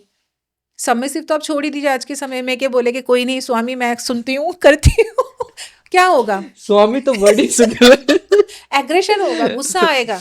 क्यों? फिर वो पुरानी चीजें उखाड़ उखाड़ के आएंगी। तब तो तुम बोलते थे मैं ये कर दूंगा, वो कर दूंगा, अपनी मम्मी के आगे नहीं चलती तुम्हारी। यू नो, छोटी छोटी बातों पे इश्यूज क्रिएट हो जाते, क्योंकि वो जो बाउंड्रीज थी आपने क्लियर करी ही नहीं। दूसरी बात, आपके जो पेरेंट्स हैं, जिनके साथ आप रहते हैं, आपकी मदर हैं, फादर हैं, जो इमीडिएट फैमिली की मैं बात कर रही हूँ, यहाँ पर मैं एक्सटेंडेड फैमिली की बात नहीं कर रही, यहाँ पर चाचा चाची और सब नहीं, अभी उनकी बात नहीं हो रही है। एक्स्ट्रा एक्सटेंडेड, हाँ एक्स्ट्रा जॉइंट कह सकते हैं, एक्सटेंडेड फैमिली कहते हैं एक्चुअली उनको, क्योंकि वो खत्म ही हो गया है कॉन्सेप्ट। खत्म ही हो गया। तो एक सास को भी पता होना चाहिए कि हमारी जो बहू आ रही है आज, जो मैं अच्छी बहू थी, हो सकता है उसके अंदर वो चीजें ना हो सकता है, क्या होगी ही नहीं। ट्रू। आपको खाना बनाना आता था, आपको सब काम करना आता था, पर आपकी जो बहू आ रही है वो पढ़ी लिखी है, या उसकी फैमिली का बैकग्राउंड ऐसा है कि वो नहीं करेगी, तो आपको भी तो थोड़ा वो हिटलरशिप कम करनी चाहिए अपनी। अगर ठीक है चाय नहीं बनी, कोई नहीं मैं बना लेती हूँ, अच्छा आज अखबार नहीं है, कोई बात नहीं मैं देख लेता हूँ। आप एक दूसरे को हेल्प कर रहे हैं यहाँ पर, तो फैमिली की बॉन्डिंग क्रिएट कर रहे हैं। पर अगर एक पक्ष तो अड़ा रहे, अभी क्या होगा? तो फंसेगा कौन बीच में? तो वो लड़का फंसेगा। दूसरी तरफ रही लड़की की तरफ से पक्ष, लड़की वाले क्या चाहते कि भाई जो हमारा लड़का है कि भाई अच्छा कमाए, अच्छा दिखे, और जो ये लड़की मेरा फैसला ले रही है, या हम जो उसके लिए फैसला ले रहे हैं वो ठीक हो। पर ये कहाँ लिखा है, या ऐसे कब होता है कि 100% करेक्ट हो आप? हो सकता है आज वो कुछ ना पीता हो, खाता हो, कुछ अल्कोहल ना लेता हो, और 2 साल बाद ही लेना शुरू कर दे। आज हो सकता है कि वो भाई इसकी जो इनकम है बहुत अच्छी हो, आज वो एसयूवी में घूमता हो, और 2 साल बाद ही इस तरह की कंडीशंस आ जाएं कि भाई वो एसयूवी तो छोड़ दो, एक नॉर्मल गाड़ी भी आपके घर में मिले तो बड़ी बात है। क्या डिजीज का आपको पता है, बीमारियों का? कभी नहीं पता ना आपकी बॉडी में क्या चल रही है। और ऐसे में हमने बताया ही नहीं कि भी हमारी लड़की को ये भी दिक्कत थी, और वो जो कमा रहा है, जो आधे से ज़्यादा तनख्वाह होगी, तो वो तो उसकी उसमें ही चली जाएगी बीमारी में। आजकल की बीमारियां उस तरीके की हैं जो कि आपको पता भी नहीं होती हैं, और टेस्टों में आपको पता है कि कितना चला जाता है। तो ये अच्छा नहीं होगा कि पहले ही हम लोग इन चीज़ों को डिस्कस करें, चाहे वो लव है या अरेंज मैरिज है। तो बैलेंस बिठाना बहुत ज़रूरी है, पर इसके लिए किसी थर्ड पर्सन की ज़रूरत होती है आपको हमेशा। पर बदलाव सबको ही लेके आना है, सबको लाना है। वो बहू की तरीके से देखोगे तो नहीं चलेगा, और बहू बिल्कुल ही सास की तरीके से देखे वो भी नहीं चलेगा। बेटा है, अब तुम पति भी हो, तुम्हारी जिम्मेदारी बनती है वो। अब नहीं बन रही तो नहीं बन रही, तो फिर ऐश करो। मतलब मैं देखता हूँ ये चीज़ें कितनी सिंपल चीज़ें, जैसे अभी डिस्कशन कर रहे हैं, तो ऐसा नहीं लग रहा है कि इशू तो पता चल गया ये चीज़ है, हाँ। हम डायरेक्ट जाके रिजॉल्व कर ले। लेकिन दिक्कत क्या है, हम बात ही नहीं कर पा रहे। ये बहुत अच्छी बात आपने बोली। हम प्रॉब्लम करे जा रहे हैं, प्रॉब्लम ये है, प्रॉब्लम वो है, आपका माइंड सेट है, बहुत सारी चीज़ें हैं, पर उसका सोल्यूशन क्या है? सबसे बड़ा सोल्यूशन होता है कि ओपन कम्युनिकेशन को हमेशा ओपन रखिए। मैं कहती हूँ किसी से कितनी भी लड़ाई हो जाए, फिर भी उस बातचीत को आप जारी रखिए। रेगुलर बेसिस पे ना हो, त्योहारों पे रख लिया, किसी का बर्थडे आ रहा है या वैसे ही कभी फ़ोन कर लिया। और अगर आपको लगता है, फैमिली इश्यूज़ की बता रही हूँ मैं आपको, ये जो कॉन्फ्लिक्ट्स पैदा हो जाते हैं कि सपोज़ आज सास बहू बोलती है कि आज तो मम्मी ने मुझे ये बोला है या सास ये बोले, बैठ के उसको बात कर लो कि नहीं आज मेरी तबीयत ठीक नहीं थी, शायद मैं इसलिए नहीं उठ पाई, या मैंने कोई दवाई खा रखी थी, या आज मुझे कुछ भी था, उसको तुरंत ठीक कीजिए। तुरंत मतलब तुरंत, नहीं तो क्या होगा, पाइलअप होती चली जाती हैं चीज़ें, और जैसी लड़ाई होगी अगली बार तो पुरानी चीज़ें निकल के बाहर आती हैं, फोल्डर बाय फोल्डर। तो आपका कॉन्फ्लिक्ट किसी के भी साथ रहे, हस्बैंड के साथ, भाई के साथ, बच्चों के साथ, पड़ोसियों के साथ, सास के साथ, किसी के साथ भी, जब मौका मिले आप बातचीत करिए, क्योंकि सोल्यूशन इसी से ही निकलते हैं, अदरवाइज आप सोल्यूशन नहीं निकालेंगे। आप बड़े बड़े लेवल पे देखिए ना, ग्लोबल लेवल पे क्या है, डिप्लोमेसी से ही काम चल रहे हैं ना, कि यहाँ सब तोपे निकाल के बैठे हुए हैं लड़ने के लिए कि मेरे पास न्यूक्लियर पावर है, मैं उसको छोड़ूंगा नहीं। तो अमेरिका को झुकने की जरूरत ही नहीं है किसी के आगे। अब वो गया भी टाइम मेरे हिसाब से ना, है ना। तो कम्युनिकेशन को हमेशा ओपन रखे, चाहे छोटा बच्चा ही सही, आप उसे बात ही नहीं करोगे तो पता ही नहीं लगेगा। हो सकता है उसने अपने मन में क्या मेंटल इमेज बना रखी है आपकी, ये हमेशा ओपन रखिए। एक चीज और मैम बताना साथ साथ, एक होता है जो मतलब आप सुने होंगे अपने आस पड़ोस में ये चीज कमेंट होता है कि फैमिली में ना थोड़ा डिस्टेंस रख लो, शादी के बाद सेपरेट हो जाओ, रिलेशनशिप आपके सबके साथ सही रहते हैं। कितना सही। मानते हो आप इस चीज? पर कि कौन सी रिलेशनशिप, ससुराल से मतलब अलग हो जाओ या हाँ वाइफ ऑब्वियस के घर वालों की तरफ से, कैसे, कौन सी बात कर रहे हैं आप? है। वाइफ के घर वालों से वो तो नहीं हो सेपरेट सकता। होते ही है ना। नहीं, कहाँ हो रहे हैं आजकल, नहीं हो रहे। आजकल नहीं हो रहे। Oh my God. मतलब होता है ना मतलब हाँ। हस्बैंड के जो फादर हो गया था, लाइक मेरी वाइफ है, मेरे पापा मम्मी ये सब कहते हैं ना सेपरेट हो जाओ, थोड़ा डिस्टेंस कर लो। कई बार आप देखो बहुत अच्छे अच्छे शो में भी बताया गया कि एटलीस्ट ऊपर नीचे घर कर लो, है ना, थोड़ा सा मतलब 1 किलोमीटर कर लो, कुछ भी कर लो। क्यों कहा जा रहा, मतलब वो मैं जानना चाह रहा हूँ। मैंने क्या कहा शुरू में ही, मैंने बताई थी चीजें, इमोशनल स्पेस ये हर किसी को चाहिए। अब सपोज कुछ बच्चे ऐसे होते हैं कि अपनी फैमिली को बहुत प्यार करते हैं, पर अब उनकी जॉब ऐसी है कि उन्हें बाहर रहना पड़ता है, ठीक है ना। अभी क्या हो रहा है यहाँ पर, वो एक जो बॉन्डिंग है, मैंने क्या कहा, क्रिएट करनी चाहिए आपको। फ़ोन कीजिए, बात कीजिए, उससे क्या होगा, चीज़ें अच्छी होंगी, रादर देन कि हम अपने मन में कुछ चीज़ें बना रहे हैं। अब जब आप अपने घर में ही हैं और कुछ होंगे इश्यूज, तो होंगे ही। जब भी कोई नया आएगा हमारे घर में या कुछ नई चीज़ें स्टार्ट होंगी तो प्रॉब्लम होगी। अलग रहने का मतलब ये है कि जैसे आपके पेरेंट्स हैं, आप चाहते कि मेरे पेरेंट्स मेरे साथ रहें, पर मजबूरी है वो रहना नहीं चाहते। ये मेरे पास बहुत क्वेश्चन आता है, हम तो रखना चाहते हैं, वो रहना ही नहीं चाहते हैं हमारे साथ। तो उसका कारण क्या है, क्योंकि वो एक सराउंडिंग्स में रहे हैं हमेशा, वही उन्हें अच्छा लगता है, वही उनका घर, उनका परिवार, वही स्टेयर्स, वही होता है, एक अटैचमेंट है। पर इसका मतलब ये नहीं कि आप उन्हें पूछे ना, अटैचमेंट रखिए, कम्युनिकेशन को हमेशा ओपन रखिए। तो जब हम अलग अलग होते हैं तो एक स्पेस मिलता है सबको। भाई आज अगर बहू का मन नहीं है जल्दी उठने का, तो अपने घर में तो वो जैसे मर्जी रह सकती है ना, पर अगर वो सबके साथ रहेगी तो उसको वो चीज़ें करनी पड़ेगी। अगर कहीं उसने अपनी चलाई तो फिर और लोग हैं उसको समझाने के लिए कि तुम लेट आई थी, या तो क्या हो रहा है, आदमी बंध रहा है वहाँ पर। तो इसलिए कहते हैं कि प्यार रहे, ठीक है, आप ऊपर नीचे रहिए या थोड़ा दूर रह लीजिए, पर वो जो कम्युनिकेशन है उसको बना के ज़रूर रखिए। वो जो स्पेस है हमें वो क्रिएट करना होता है, फ्रीडम देनी होती है सबको। और जब वो फ्रीडम नहीं मिलेगी तो हम लोग सीधा यही बोल देते हैं कि ऐसा करो भाई, अलग अलग रहो, ज़्यादा अच्छा है। पर मैंने उन लोगों को भी देखा है जो अलग रहते हैं, फिर भी उनके अंदर कोई कम्युनिकेशन नहीं है, कोई प्यार नहीं है, और गैप हो जाता है। और गैप हो जाता है। क्यों? जो मैं बोल रही हूँ बार बार आपसे कि कम्युनिकेशन को बनाए रखिए, आप वो तो कर ही नहीं रहे हो। अलग का मतलब अलग ही हो जाते हो बिल्कुल। और अलग होना भी है तो उसका भी एक तरीका होता है। प्यार से बच्चों को बताओ कि बेटा देखो ऐसे ऐसे है, नई बहू आई है घर में, या घर में अब थोड़ी जगह कम पड़ रही है, किचन हमारी छोटी है, या जो भी प्रॉब्लम्स है, जब आप प्यार से बताएंगे तो चीज़ें समझी जाएंगी कि भाई मम्मी ये नहीं चाहती है, पापा ये नहीं चाहते, पर क्योंकि प्रॉब्लम ही ऐसी है तो हमें करना ही पड़ेगा। अभी यहाँ क्या हुआ, सेपरेशन प्यार से हो रहा है, पर सब मन मिले हुए हैं, सबके सब आपस में बात कर रहे हैं, हंसी खुशी कर रहे हैं। एक होता है कि जाओ, चलो यहाँ से जाओ, तुम अपना अलग रहो, मैं अपना अलग रहूँगा। अभी यहाँ क्या हुआ, हमने उस स्पेस को क्या कर दिया, छोटा कर दिया, ख़त्म ही कर दिया। अब वो जिसको निकाला गया बाहर, उसके दिमाग में क्या रहेगा कि मैंने इतना किया था, मैंने उतना किया, फिर भी इन्होंने मेरे साथ ऐसा किया। तो इसका भी एक तरीका होता है। सेपरेशन हुई है उसमें कोई दिक्कत नहीं है, पर अपनी बातें रख के क्या कारण है। जैसे मैंने कहा आज के बच्चे ज़्यादा समझदार हैं, वो ज़्यादा समझते हैं चीज़ों को, तो आप ये कर सकते हैं इसमें। तो जेनजी के लिए फिर से स्टार्ट करते हैं, रेड फ्लैग को इग्नोर करने का साइकोलॉजिकल वजह क्या होती है मैम? देखिए, साइकोलॉजिकल वजह तो बहुत सारी होती हैं। और रेड फ्लैग क्या होता है, रेड फ्लैग का मतलब होता है वार्निंग। आपको वार्निंग मिल रही है, आपको बार बार दिख रहा है कि कहीं कुछ कमी है उस लड़के में या उस लड़की में। लाइक अगर कोई लड़का बहुत गुस्सा करता है, आपको पता है कि भाई ये तो छोटी छोटी बात पे गुस्सा करता है या बहुत एग्रेशन दिखाता है, पर आप, ये आपके लिए रेड फ्लैग था एक गुस्सा होता है कि एक मिनिमम सा गुस्सा है कि ठीक है कुछ कह दिया या अब्यूज़ कर दिया किसी को, पर आप देख रहे हैं कि वो बहुत ज़्यादा ही कर रहा है। फिर भी आपने क्या कहा, नहीं कमाता तो अच्छा ही है, देखने में तो अच्छा है ही, फैमिली तो अच्छी है, कोई नहीं चल जाएगा। ये क्या हुआ, आपने उसको इग्नोर मार दिया। क्यों? क्योंकि आपने उसको पीछे करके और चीज़ों को आगे लेके आ गए। तो इस तरह से जब आप किसी के प्रति प्यार में रहते हैं या अफेक्शन होता है, क्योंकि आपको चीज़ पानी है, तो उसकी वो छोटी छोटी जिसको हम बोलते हैं कि यही आपको स्टॉप होना चाहिए था, यही आपको सुधारना चाहिए था, यही आपको बात करनी चाहिए थी कि भाई आप बहुत गुस्सा करते हैं, कि भाई कैसे चलेगा ऐसे आगे, भाई आपका इतना गुस्सा है, बीपी बढ़ सकता है, शुगर की दिक्कत हो सकती है, गुस्से की वजह से नस फट सकती है, जो बहुत कॉमन चीज़ें हैं आज के समय में, तो आप कैसे उसको करेंगे।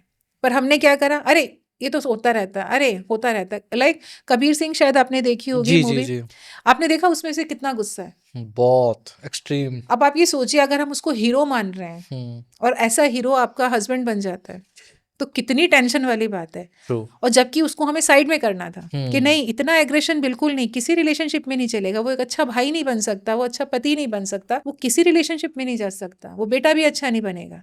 उस मूवी में दिखाया है, सारी चीजें भी दिखाई। तो आप ये सोचिए, तो हम ऐसे व्यक्ति के साथ रिलेशनशिप में आगे बढ़ रहे हैं और हमें पता था ये उसकी कमियां हैं। तो इसका मतलब यही है कि जब हम उन चीज़ों को देख के भी इग्नोर मार जाते हैं, और जब शादी हो जाती है या हम बहुत समय बाद हमें याद आता है, ये तो मुझे पहले ही पता था, मुझे पहले ही पता था, तो उस समय अफसोस करने से अच्छा आप पहले ही उस चीज़ को क्लियर करें। तो कभी कभी कह सकते हैं नेगेटिविटी जो होती है हमें अट्रैक्ट करता है स्टार्टिंग में भी। हाँ, कभी कभी कूल ही लगता है कि हाँ ठीक है ना, शायद ओवर प्रोटेक्टिव है मेरे लिए। हाँ, अब ओवर का मतलब ही नेगेटिव है। तो प्रोटेक्टिव होना अलग चीज़ है, आप उसको प्रोटेक्ट कर रहे हैं चीज़, पर हर समय ही आप उसको प्रोटेक्ट करते रहें, तो आप ये सोचिए, तो आप तो आपने तो उसकी फ्रीडम छीन ली है। बिल्कुल मैम। ब्रेकअप के बाद हील होना क्यों जरूरी है बिफोर नेक्स्ट रिलेशनशिप के लिए? नेक्स्ट रिलेशनशिप के लिए भी ज़रूरी है। और जैसे अगर आपका ब्रेकअप हुआ, इमोशनली ब्रेक हुए हो, ठीक है, हम इसको बहुत ही अच्छे तरीके से समझेंगे कि इसका ब्रेकअप का क्या मतलब होता है। भाई किसी से हम इतना ज़्यादा इमोशनली अटैच थे कि अचानक कुछ ऐसा हुआ, कई बार आपकी गलती होती है, कई बार आपकी गलती नहीं भी होती है, पर हम उस चीज़ के लिए तैयार नहीं थे। यहाँ पर क्या हुआ, एक अटैचमेंट था, पर अटैचमेंट विद डिपेंडेंसी था कि you are everything for me. Yes, जैसे मैंने पहले भी कहा, पर होना क्या था, part of life. Part of life हो तुम मेरी, सब कुछ नहीं हो सकते जीवन में। जब एक पार्ट ऑफ लाइफ होगा तो एक पार्ट का निकल जाने से आपकी लाइफ नहीं रुकेगी। ट्रू। पर एक सब कुछ होने से तो बिल्कुल सब कुछ ही खत्म हो जाता है ना यहाँ पर। तो यहाँ पर अगर हम इन चीज़ों की बात कर रहे हैं कि भाई यू आर एवरीथिंग, तो ये नेगेटिव साउंड करता है हमारा, और हमें क्या करना है, उस चीज़ को पॉजिटिव लेके आना है चीज़ों को। बट लड़कियों को तो या लड़कों को पसंद आता है ना। देखिए, पसंद, लाइक, डिसलाइक कुछ नहीं होता, कुछ नहीं होता। आप लाइक जैसे अगर मैं एग्जांपल लूँ इस वाले आपके माइक का, मुझे पसंद नहीं है ऐसे माइक।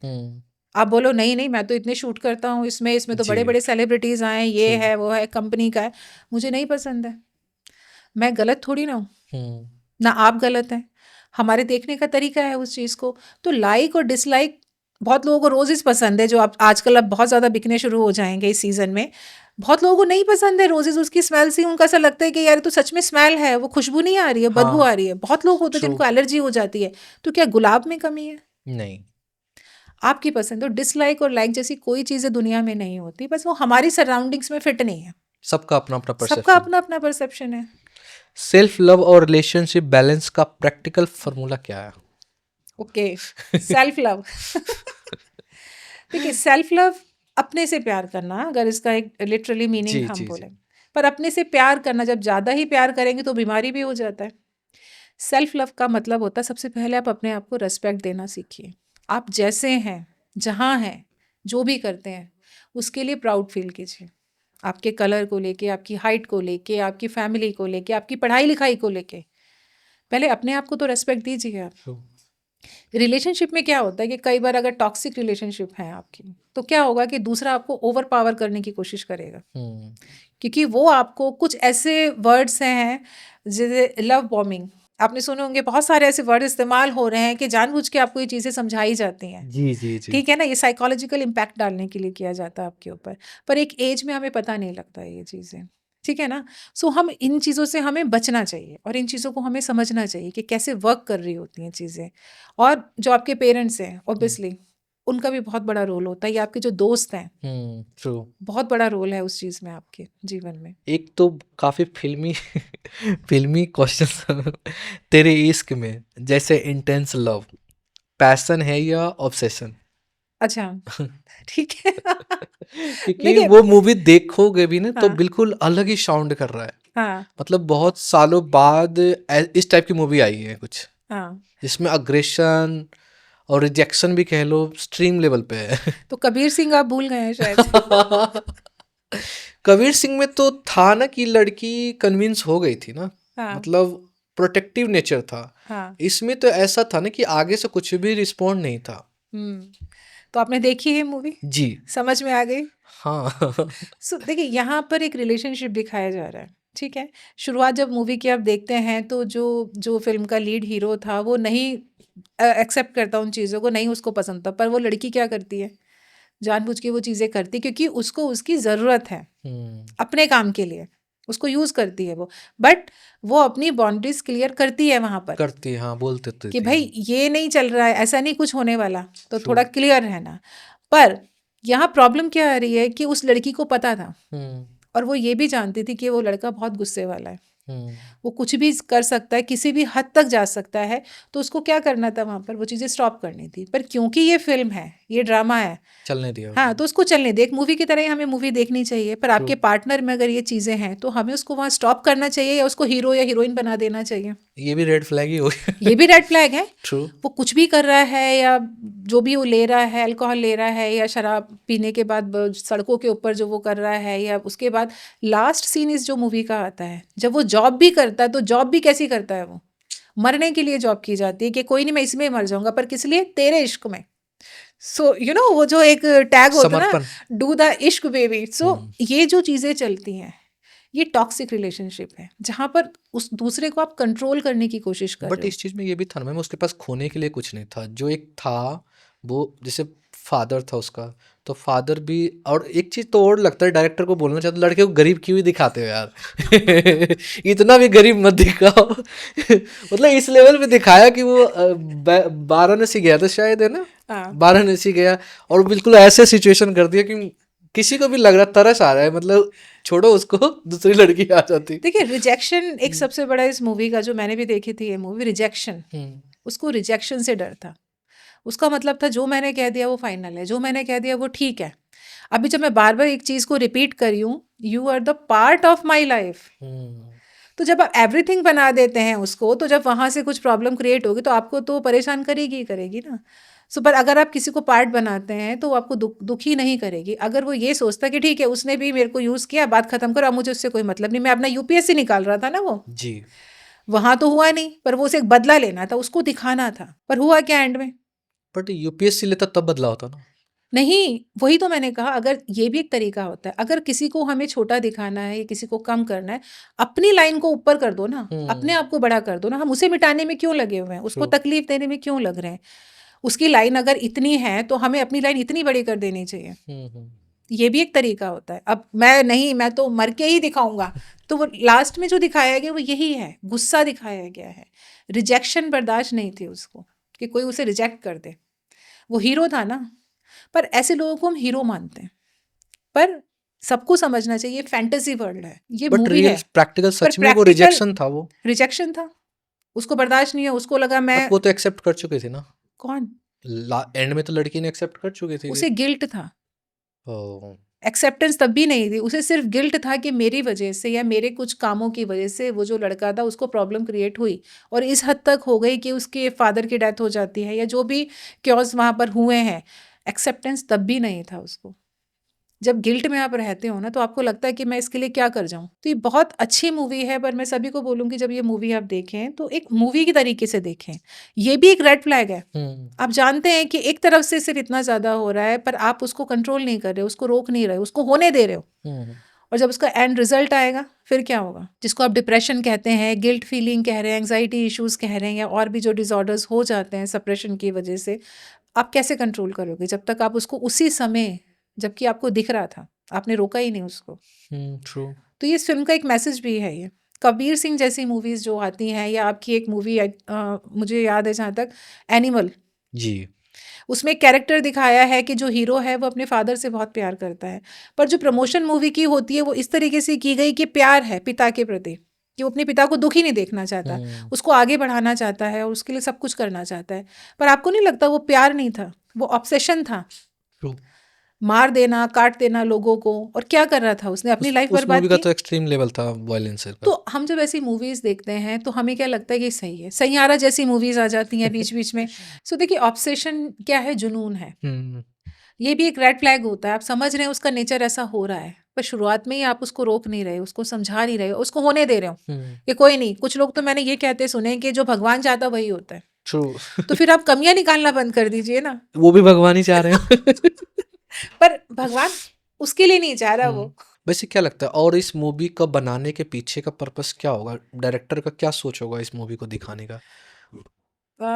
इन जनरल तो बोलूं कि पैसा कमाना, वो तो ऑब्वियस ही है। तो उसके लिए वो कुछ भी करेंगे। बट एक सोशल मैसेजेस की अगर हम बात करें तो बहुत सारे इसमें हैं। जैसे उसके और उसके पिता का रिलेशन कैसा था। जब हम रिलेशनशिप की बात करते हैं तो बहुत सारे एस्पेक्ट्स हम लोग देख रहे होते हैं। जो हीरोइन थी उसके पिता का और उसका रिलेशन कैसा था, जब वो उसको रिजेक्ट करते हैं उसके जो दोस्त होता है तब उसका रिलेशन कैसा हो जाता है।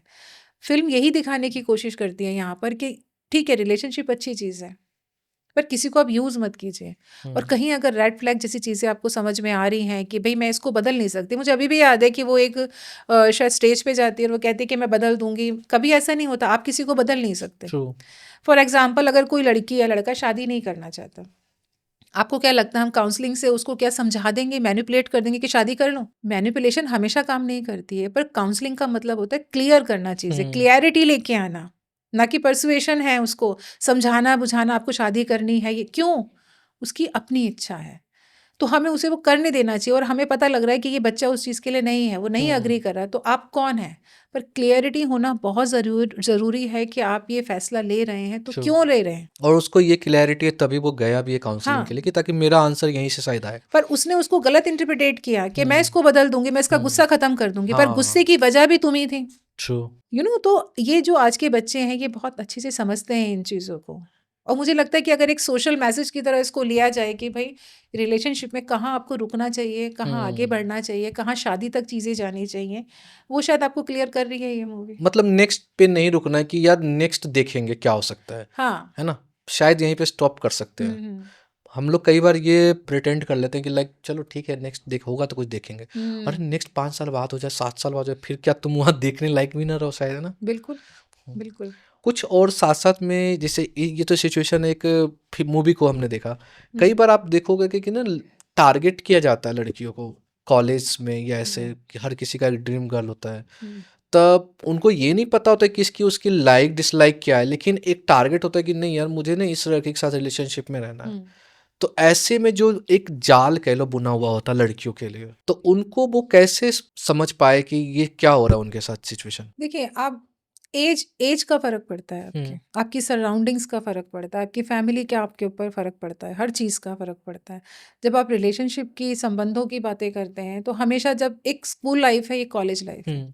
कॉलेज लाइफ क्या होती है? फैंटेसी से भरी हुई लाइफ है, ठीक है ना। लाइक करण जौहर की जो मूवीज़ होती हैं लार्जर देन लाइफ वाली मूवीज़ होती हैं जहाँ रियलिटी कुछ नहीं है, पर आपको ऐसे दिखाया जाता है कि अरे ये बिल्कुल सच है।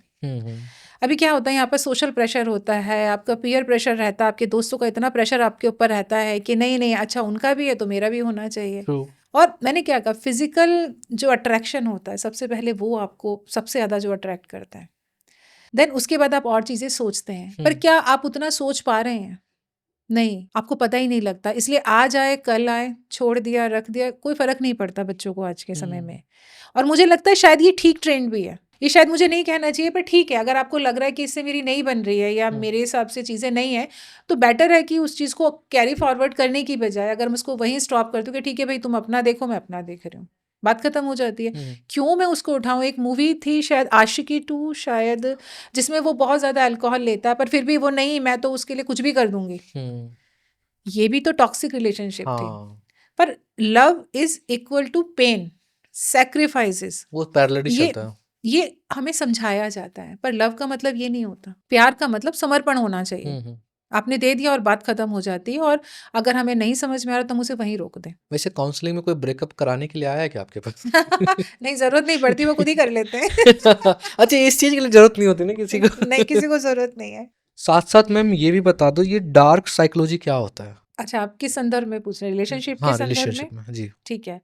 कई बार क्या होता है ना, हमें ये वहम रहता है कि वो मुझे प्यार करता है या वो तो मेरे लिए ही है सब कुछ। ओके। बट ऐसा नहीं होता। कई बार वो आपको मैनिपुलेट भी कर रहा होता है। हुँ, आपको गिफ्ट दे दिया, हुँ, आपके बर्थडे पे आपको फ़ोन कर दिया, 10-10 बार आपके ऐसे फ़ोन जाते हैं कि जैसे आपकी बहुत केयर हो रही है। हुँ, तो ये पार्ट होता है डार्क साइकोलॉजी का, जहाँ पर जो है वो दिखाया नहीं जा रहा है।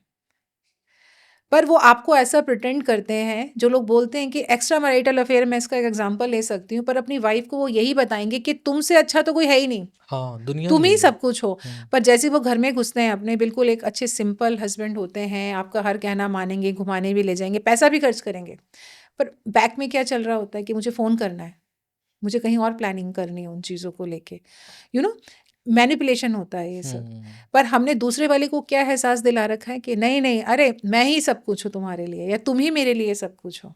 ये बच्चे अपने पेरेंट्स के साथ भी करते हैं। अरे मम्मी आप ही सब कुछ हो मेरे लिए, अरे पापा ही सब कुछ है, पर तो पता ये लगता डबल है स्टैंडर्ड भी हाँ, साथ-साथ चल रहा है। हाँ, और पीछे कुछ और चल रहा होता है। पर हुँ, कोई मदर या कोई भी वाइफ ये मानने को तैयार नहीं होती है कि भई उनके हस्बैंड में या उनके बेटे में या उनके किसी जिनको चाहते हैं वो, उनमें ये प्रॉब्लम है। हुँ, नहीं, उनकी गलतियों को भी वो छुपाएँगे, पर वो उसको यूज़ करते हैं, मैनिपुलेट करते हैं उन चीज़ों को। वाइफ को अगर सपोज़ बोलते हैं कि आपको तो हमने सारी चीज़ें बताई थी, पर ऐसा कुछ नहीं होता। जो परफेक्ट वाली डेफ़िनेशन होती है ना, हर जगह टूटती है। हुँ, तो अगर इस चीज़ से अगर हम जितनी जल्दी बाहर निकल सकें, वही बात है, अगर हम स्पेस नहीं देंगे तो व्यक्ति झूठ भी बोलेगा। ट्रू। झूठ बोलेगा तो कहीं न कहीं से मैनिपुलेट करेगा चीज़ें आपकी, जो बात होगी वो वैसे बात रखी ही नहीं जाएगी। हुँ, हुँ, हुँ। पर आपको एक विश्वास में लिया जाता है। रियल रिलेशनशिप में स्टेबिलिटी ज़्यादा इम्पोर्टेंट होती है या इंटेंसिटी मैम? इंटेंसिटी का क्या मतलब होता है? इंटेंसिटी होती है एकदम आई और गई, ओके, इंस्टेंट। इंस्टेंट हो जाना। हुँ, एकदम डोपामाइन जो होता है आपका बढ़ जाता है या घट जाता है। इंस्टेंट होती हैं सारी हुँ, चीज़ें। पर स्टेबिलिटी क्या होती है? लॉन्ग टर्म में चलती है। जी। तो स्टेबिलिटी बहुत ज़रूरी है। किसी भी रिलेशन में या कोई भी, आप कुछ भी, जब अपनी पढ़ाई कर रहे हैं, कुछ भी कर रहे हैं, आपके नेचर में स्टेबिलिटी नहीं होगी तो फिर प्रॉब्लम क्रिएट होगी। ट्रू। और ये सबसे बड़ी प्रॉब्लम आई थिंक। ये सबसे लॉन्ग टर्म बड़ी कोई इन्वेस्ट ही नहीं करता इस चीज़ को ना। एक लाइन में बताएँ, तेरे इश्क में और हेल्दी लव का सबसे बड़ा डिफरेंस क्या है? अभी अब जब इस मूवी को आप बार-बार पूछ रहे हैं मुझसे तो मैं बता दूँ, ये ऑब्सेशन है, ये रिजेक्शन है, हुँ, ये गुस्सा है, ये अपने आप को एक्सेप्ट ना करना है। पर इसके उलट लव हम किसको बोलते हैं? जिसमें स्टेबिलिटी है, हुँ। काइंडनेस है, रिस्पेक्ट ये तो है प्रैक्टिकल ना? हो गया। ये प्रैक्टिकल हो गया ना, पर वो मूवी है। हुँ। तो वो मूवी की तरीके से ही देखो उसको, पर उसमें से जो आपको लग रहा है वो खराब चीज़ें हैं, उसको तुरंत ठीक करने की ज़रूरत है। तो उसके लिए हम लोग बैठे हैं। कभी-कभी हम रिलेशनशिप में बिल्कुल शांत हो जाते हैं, ऐसा क्यों होता है? देखिए, कोई भी रिलेशनशिप है या जो ह्यूमन बीइंग्स हैं, सबसे बड़ी चीज़ क्या होती है? इमोशंस। हुँ, इमोशंस ही होते हैं जिससे हम किसी को हेट कर सकते हैं, प्यार कर सकते हैं। इमोशंस ही कंट्रोल करने होते हैं हमें। हम ईश्वर के प्रति प्यार दिखाते हैं अपना, उनको पूजते हैं, वो भी इमोशन है हमारा। तो इमोशन जब भी आएँगे, वो हमेशा कंट्रोल वे में होना चाहिए। कभी किसी को आपने ज़्यादा प्यार कर लिया, कभी कम कर दिया, कभी कुछ कर दिया, कभी कुछ कर दिया, नहीं। हुँ। ऐसा नहीं होना चाहिए बिल्कुल। ओके। एक और मेरा एक पर्सनल क्वेश्चन है साथ-साथ। एक होता है जो पेरेंट्स जैसे लाइक माँ-बाप होते हैं, हुँ। कल को मैं भी हुँ, मतलब हुँ। मेरे भी बच्चे बड़े होंगे, तो होता है जैसे बीइंग द पेरेंट्स या बच्चे हमें पता होता है कि माँ-बाप अच्छा करते हैं, हर चीज़ हुँ, अच्छा सोचते हैं। लेकिन कई बार क्या होता है हम उनके अगेंस्ट क्यों चले जाते हैं? जब वो हुँ। किसी चीज़ के लिए मना कर रहे होते हैं, तो हमें क्यों लगता है उस लेवल पे कि हमारी जो नॉलेज है उनसे ज़्यादा है? क्योंकि आपका एक्सपीरियंस कम है। सबसे बड़ा इसका जो आंसर होना चाहिए, एक्सपीरियंस कम है। हमें हर एक एज में ऐसा लगता है कि हमारा एक्सपीरियंस बहुत ज़्यादा है, कि इनको कुछ नहीं पता क्योंकि पुरानी जनरेशन है, हुँ, ठीक है? अब यहाँ पर आप अपने आप को ब्लेम ना दें इसके लिए। आपके पेरेंट्स भी उतने ही ज़िम्मेदार हैं इस चीज़ के लिए, कि वो भी आपको अंडरस्टैंड नहीं कर रहे हैं। अगर मेरा बच्चा किसी गलत चीज़ के लिए ज़िद कर रहा है कि भाई मुझे ऐसा करना है, या जो भी है, आप कुछ भी हो सकती है, वो गलत जिद आपकी कुछ भी हो सकती है, पर ये पेरेंट्स की ड्यूटी है कि उसको समझाएं। ठीक है, फर्स्ट तो यही रहता है कि फर्स्ट रिएक्शन यही आएगा कि भाई नहीं तुम करो ये, या ये कोर्स नहीं करना है, ये जॉब नहीं करनी है आपको। उसके बाद दूसरी जो ड्यूटी या जिम्मेदारी बनती है वो उस बच्चे की बनती है कि उसको समझे, और नहीं तो वही जो मैं बार बार बोल रही हूँ कि प्रोफेशनल की आप हेल्प लीजिए। ना समझने का कारण जनरेशन गैप भी होता है, क्योंकि आपको ऐसा लगता है जो आपसे पहले वाली जनरेशन थी शायद उनमें इतनी अकल नहीं थी, भाई उनके लिए किसी भी चीज़ का मीनिंग कुछ और था, आज के बच्चों के लिए कुछ और है। पर वो जो गैप होता है ना, जब हम उसमें एक ब्रिज नहीं बना पाते तो ये प्रॉब्लम होती है, और हर एज में हर किसी को लगता है मैं समझदार हूँ। तो रिलेशनशिप कोई भी हो, जब तक आप उसे स्टेबल नहीं करेंगे, उस कम्युनिकेशन को ओपन नहीं करेंगे, चीज़ों को क्लियर नहीं करेंगे, बाउंड्रीज को अपनी, क्योंकि माता पिता की भी एक बाउंड्री होती है। आप किसी हद तक ही बच्चों को रोक सकते हैं, और बच्चों की भी एक लिमिटेशन है, पर जब हम वो भूलने लगते हैं तो ये प्रॉब्लम क्रिएट हो जाती है। इसको और अगर जैसे सिचुएशन आप ही हैंडल कर रहे होते पेरेंट्स पार्ट की तरफ से, हाँ, तो आप क्या क्या चीज़ें ध्यान रखते जो आज लगता है कि हर पेरेंट्स को ध्यान रखना चाहिए? देखिए एज ए पेरेंट हमें क्या समझना चाहिए कि आज के जो बच्चे हैं बहुत तेज़ी से बढ़ रहे हैं, बहुत तेज़ी से मैच्योर हो रहे हैं वो बच्चे।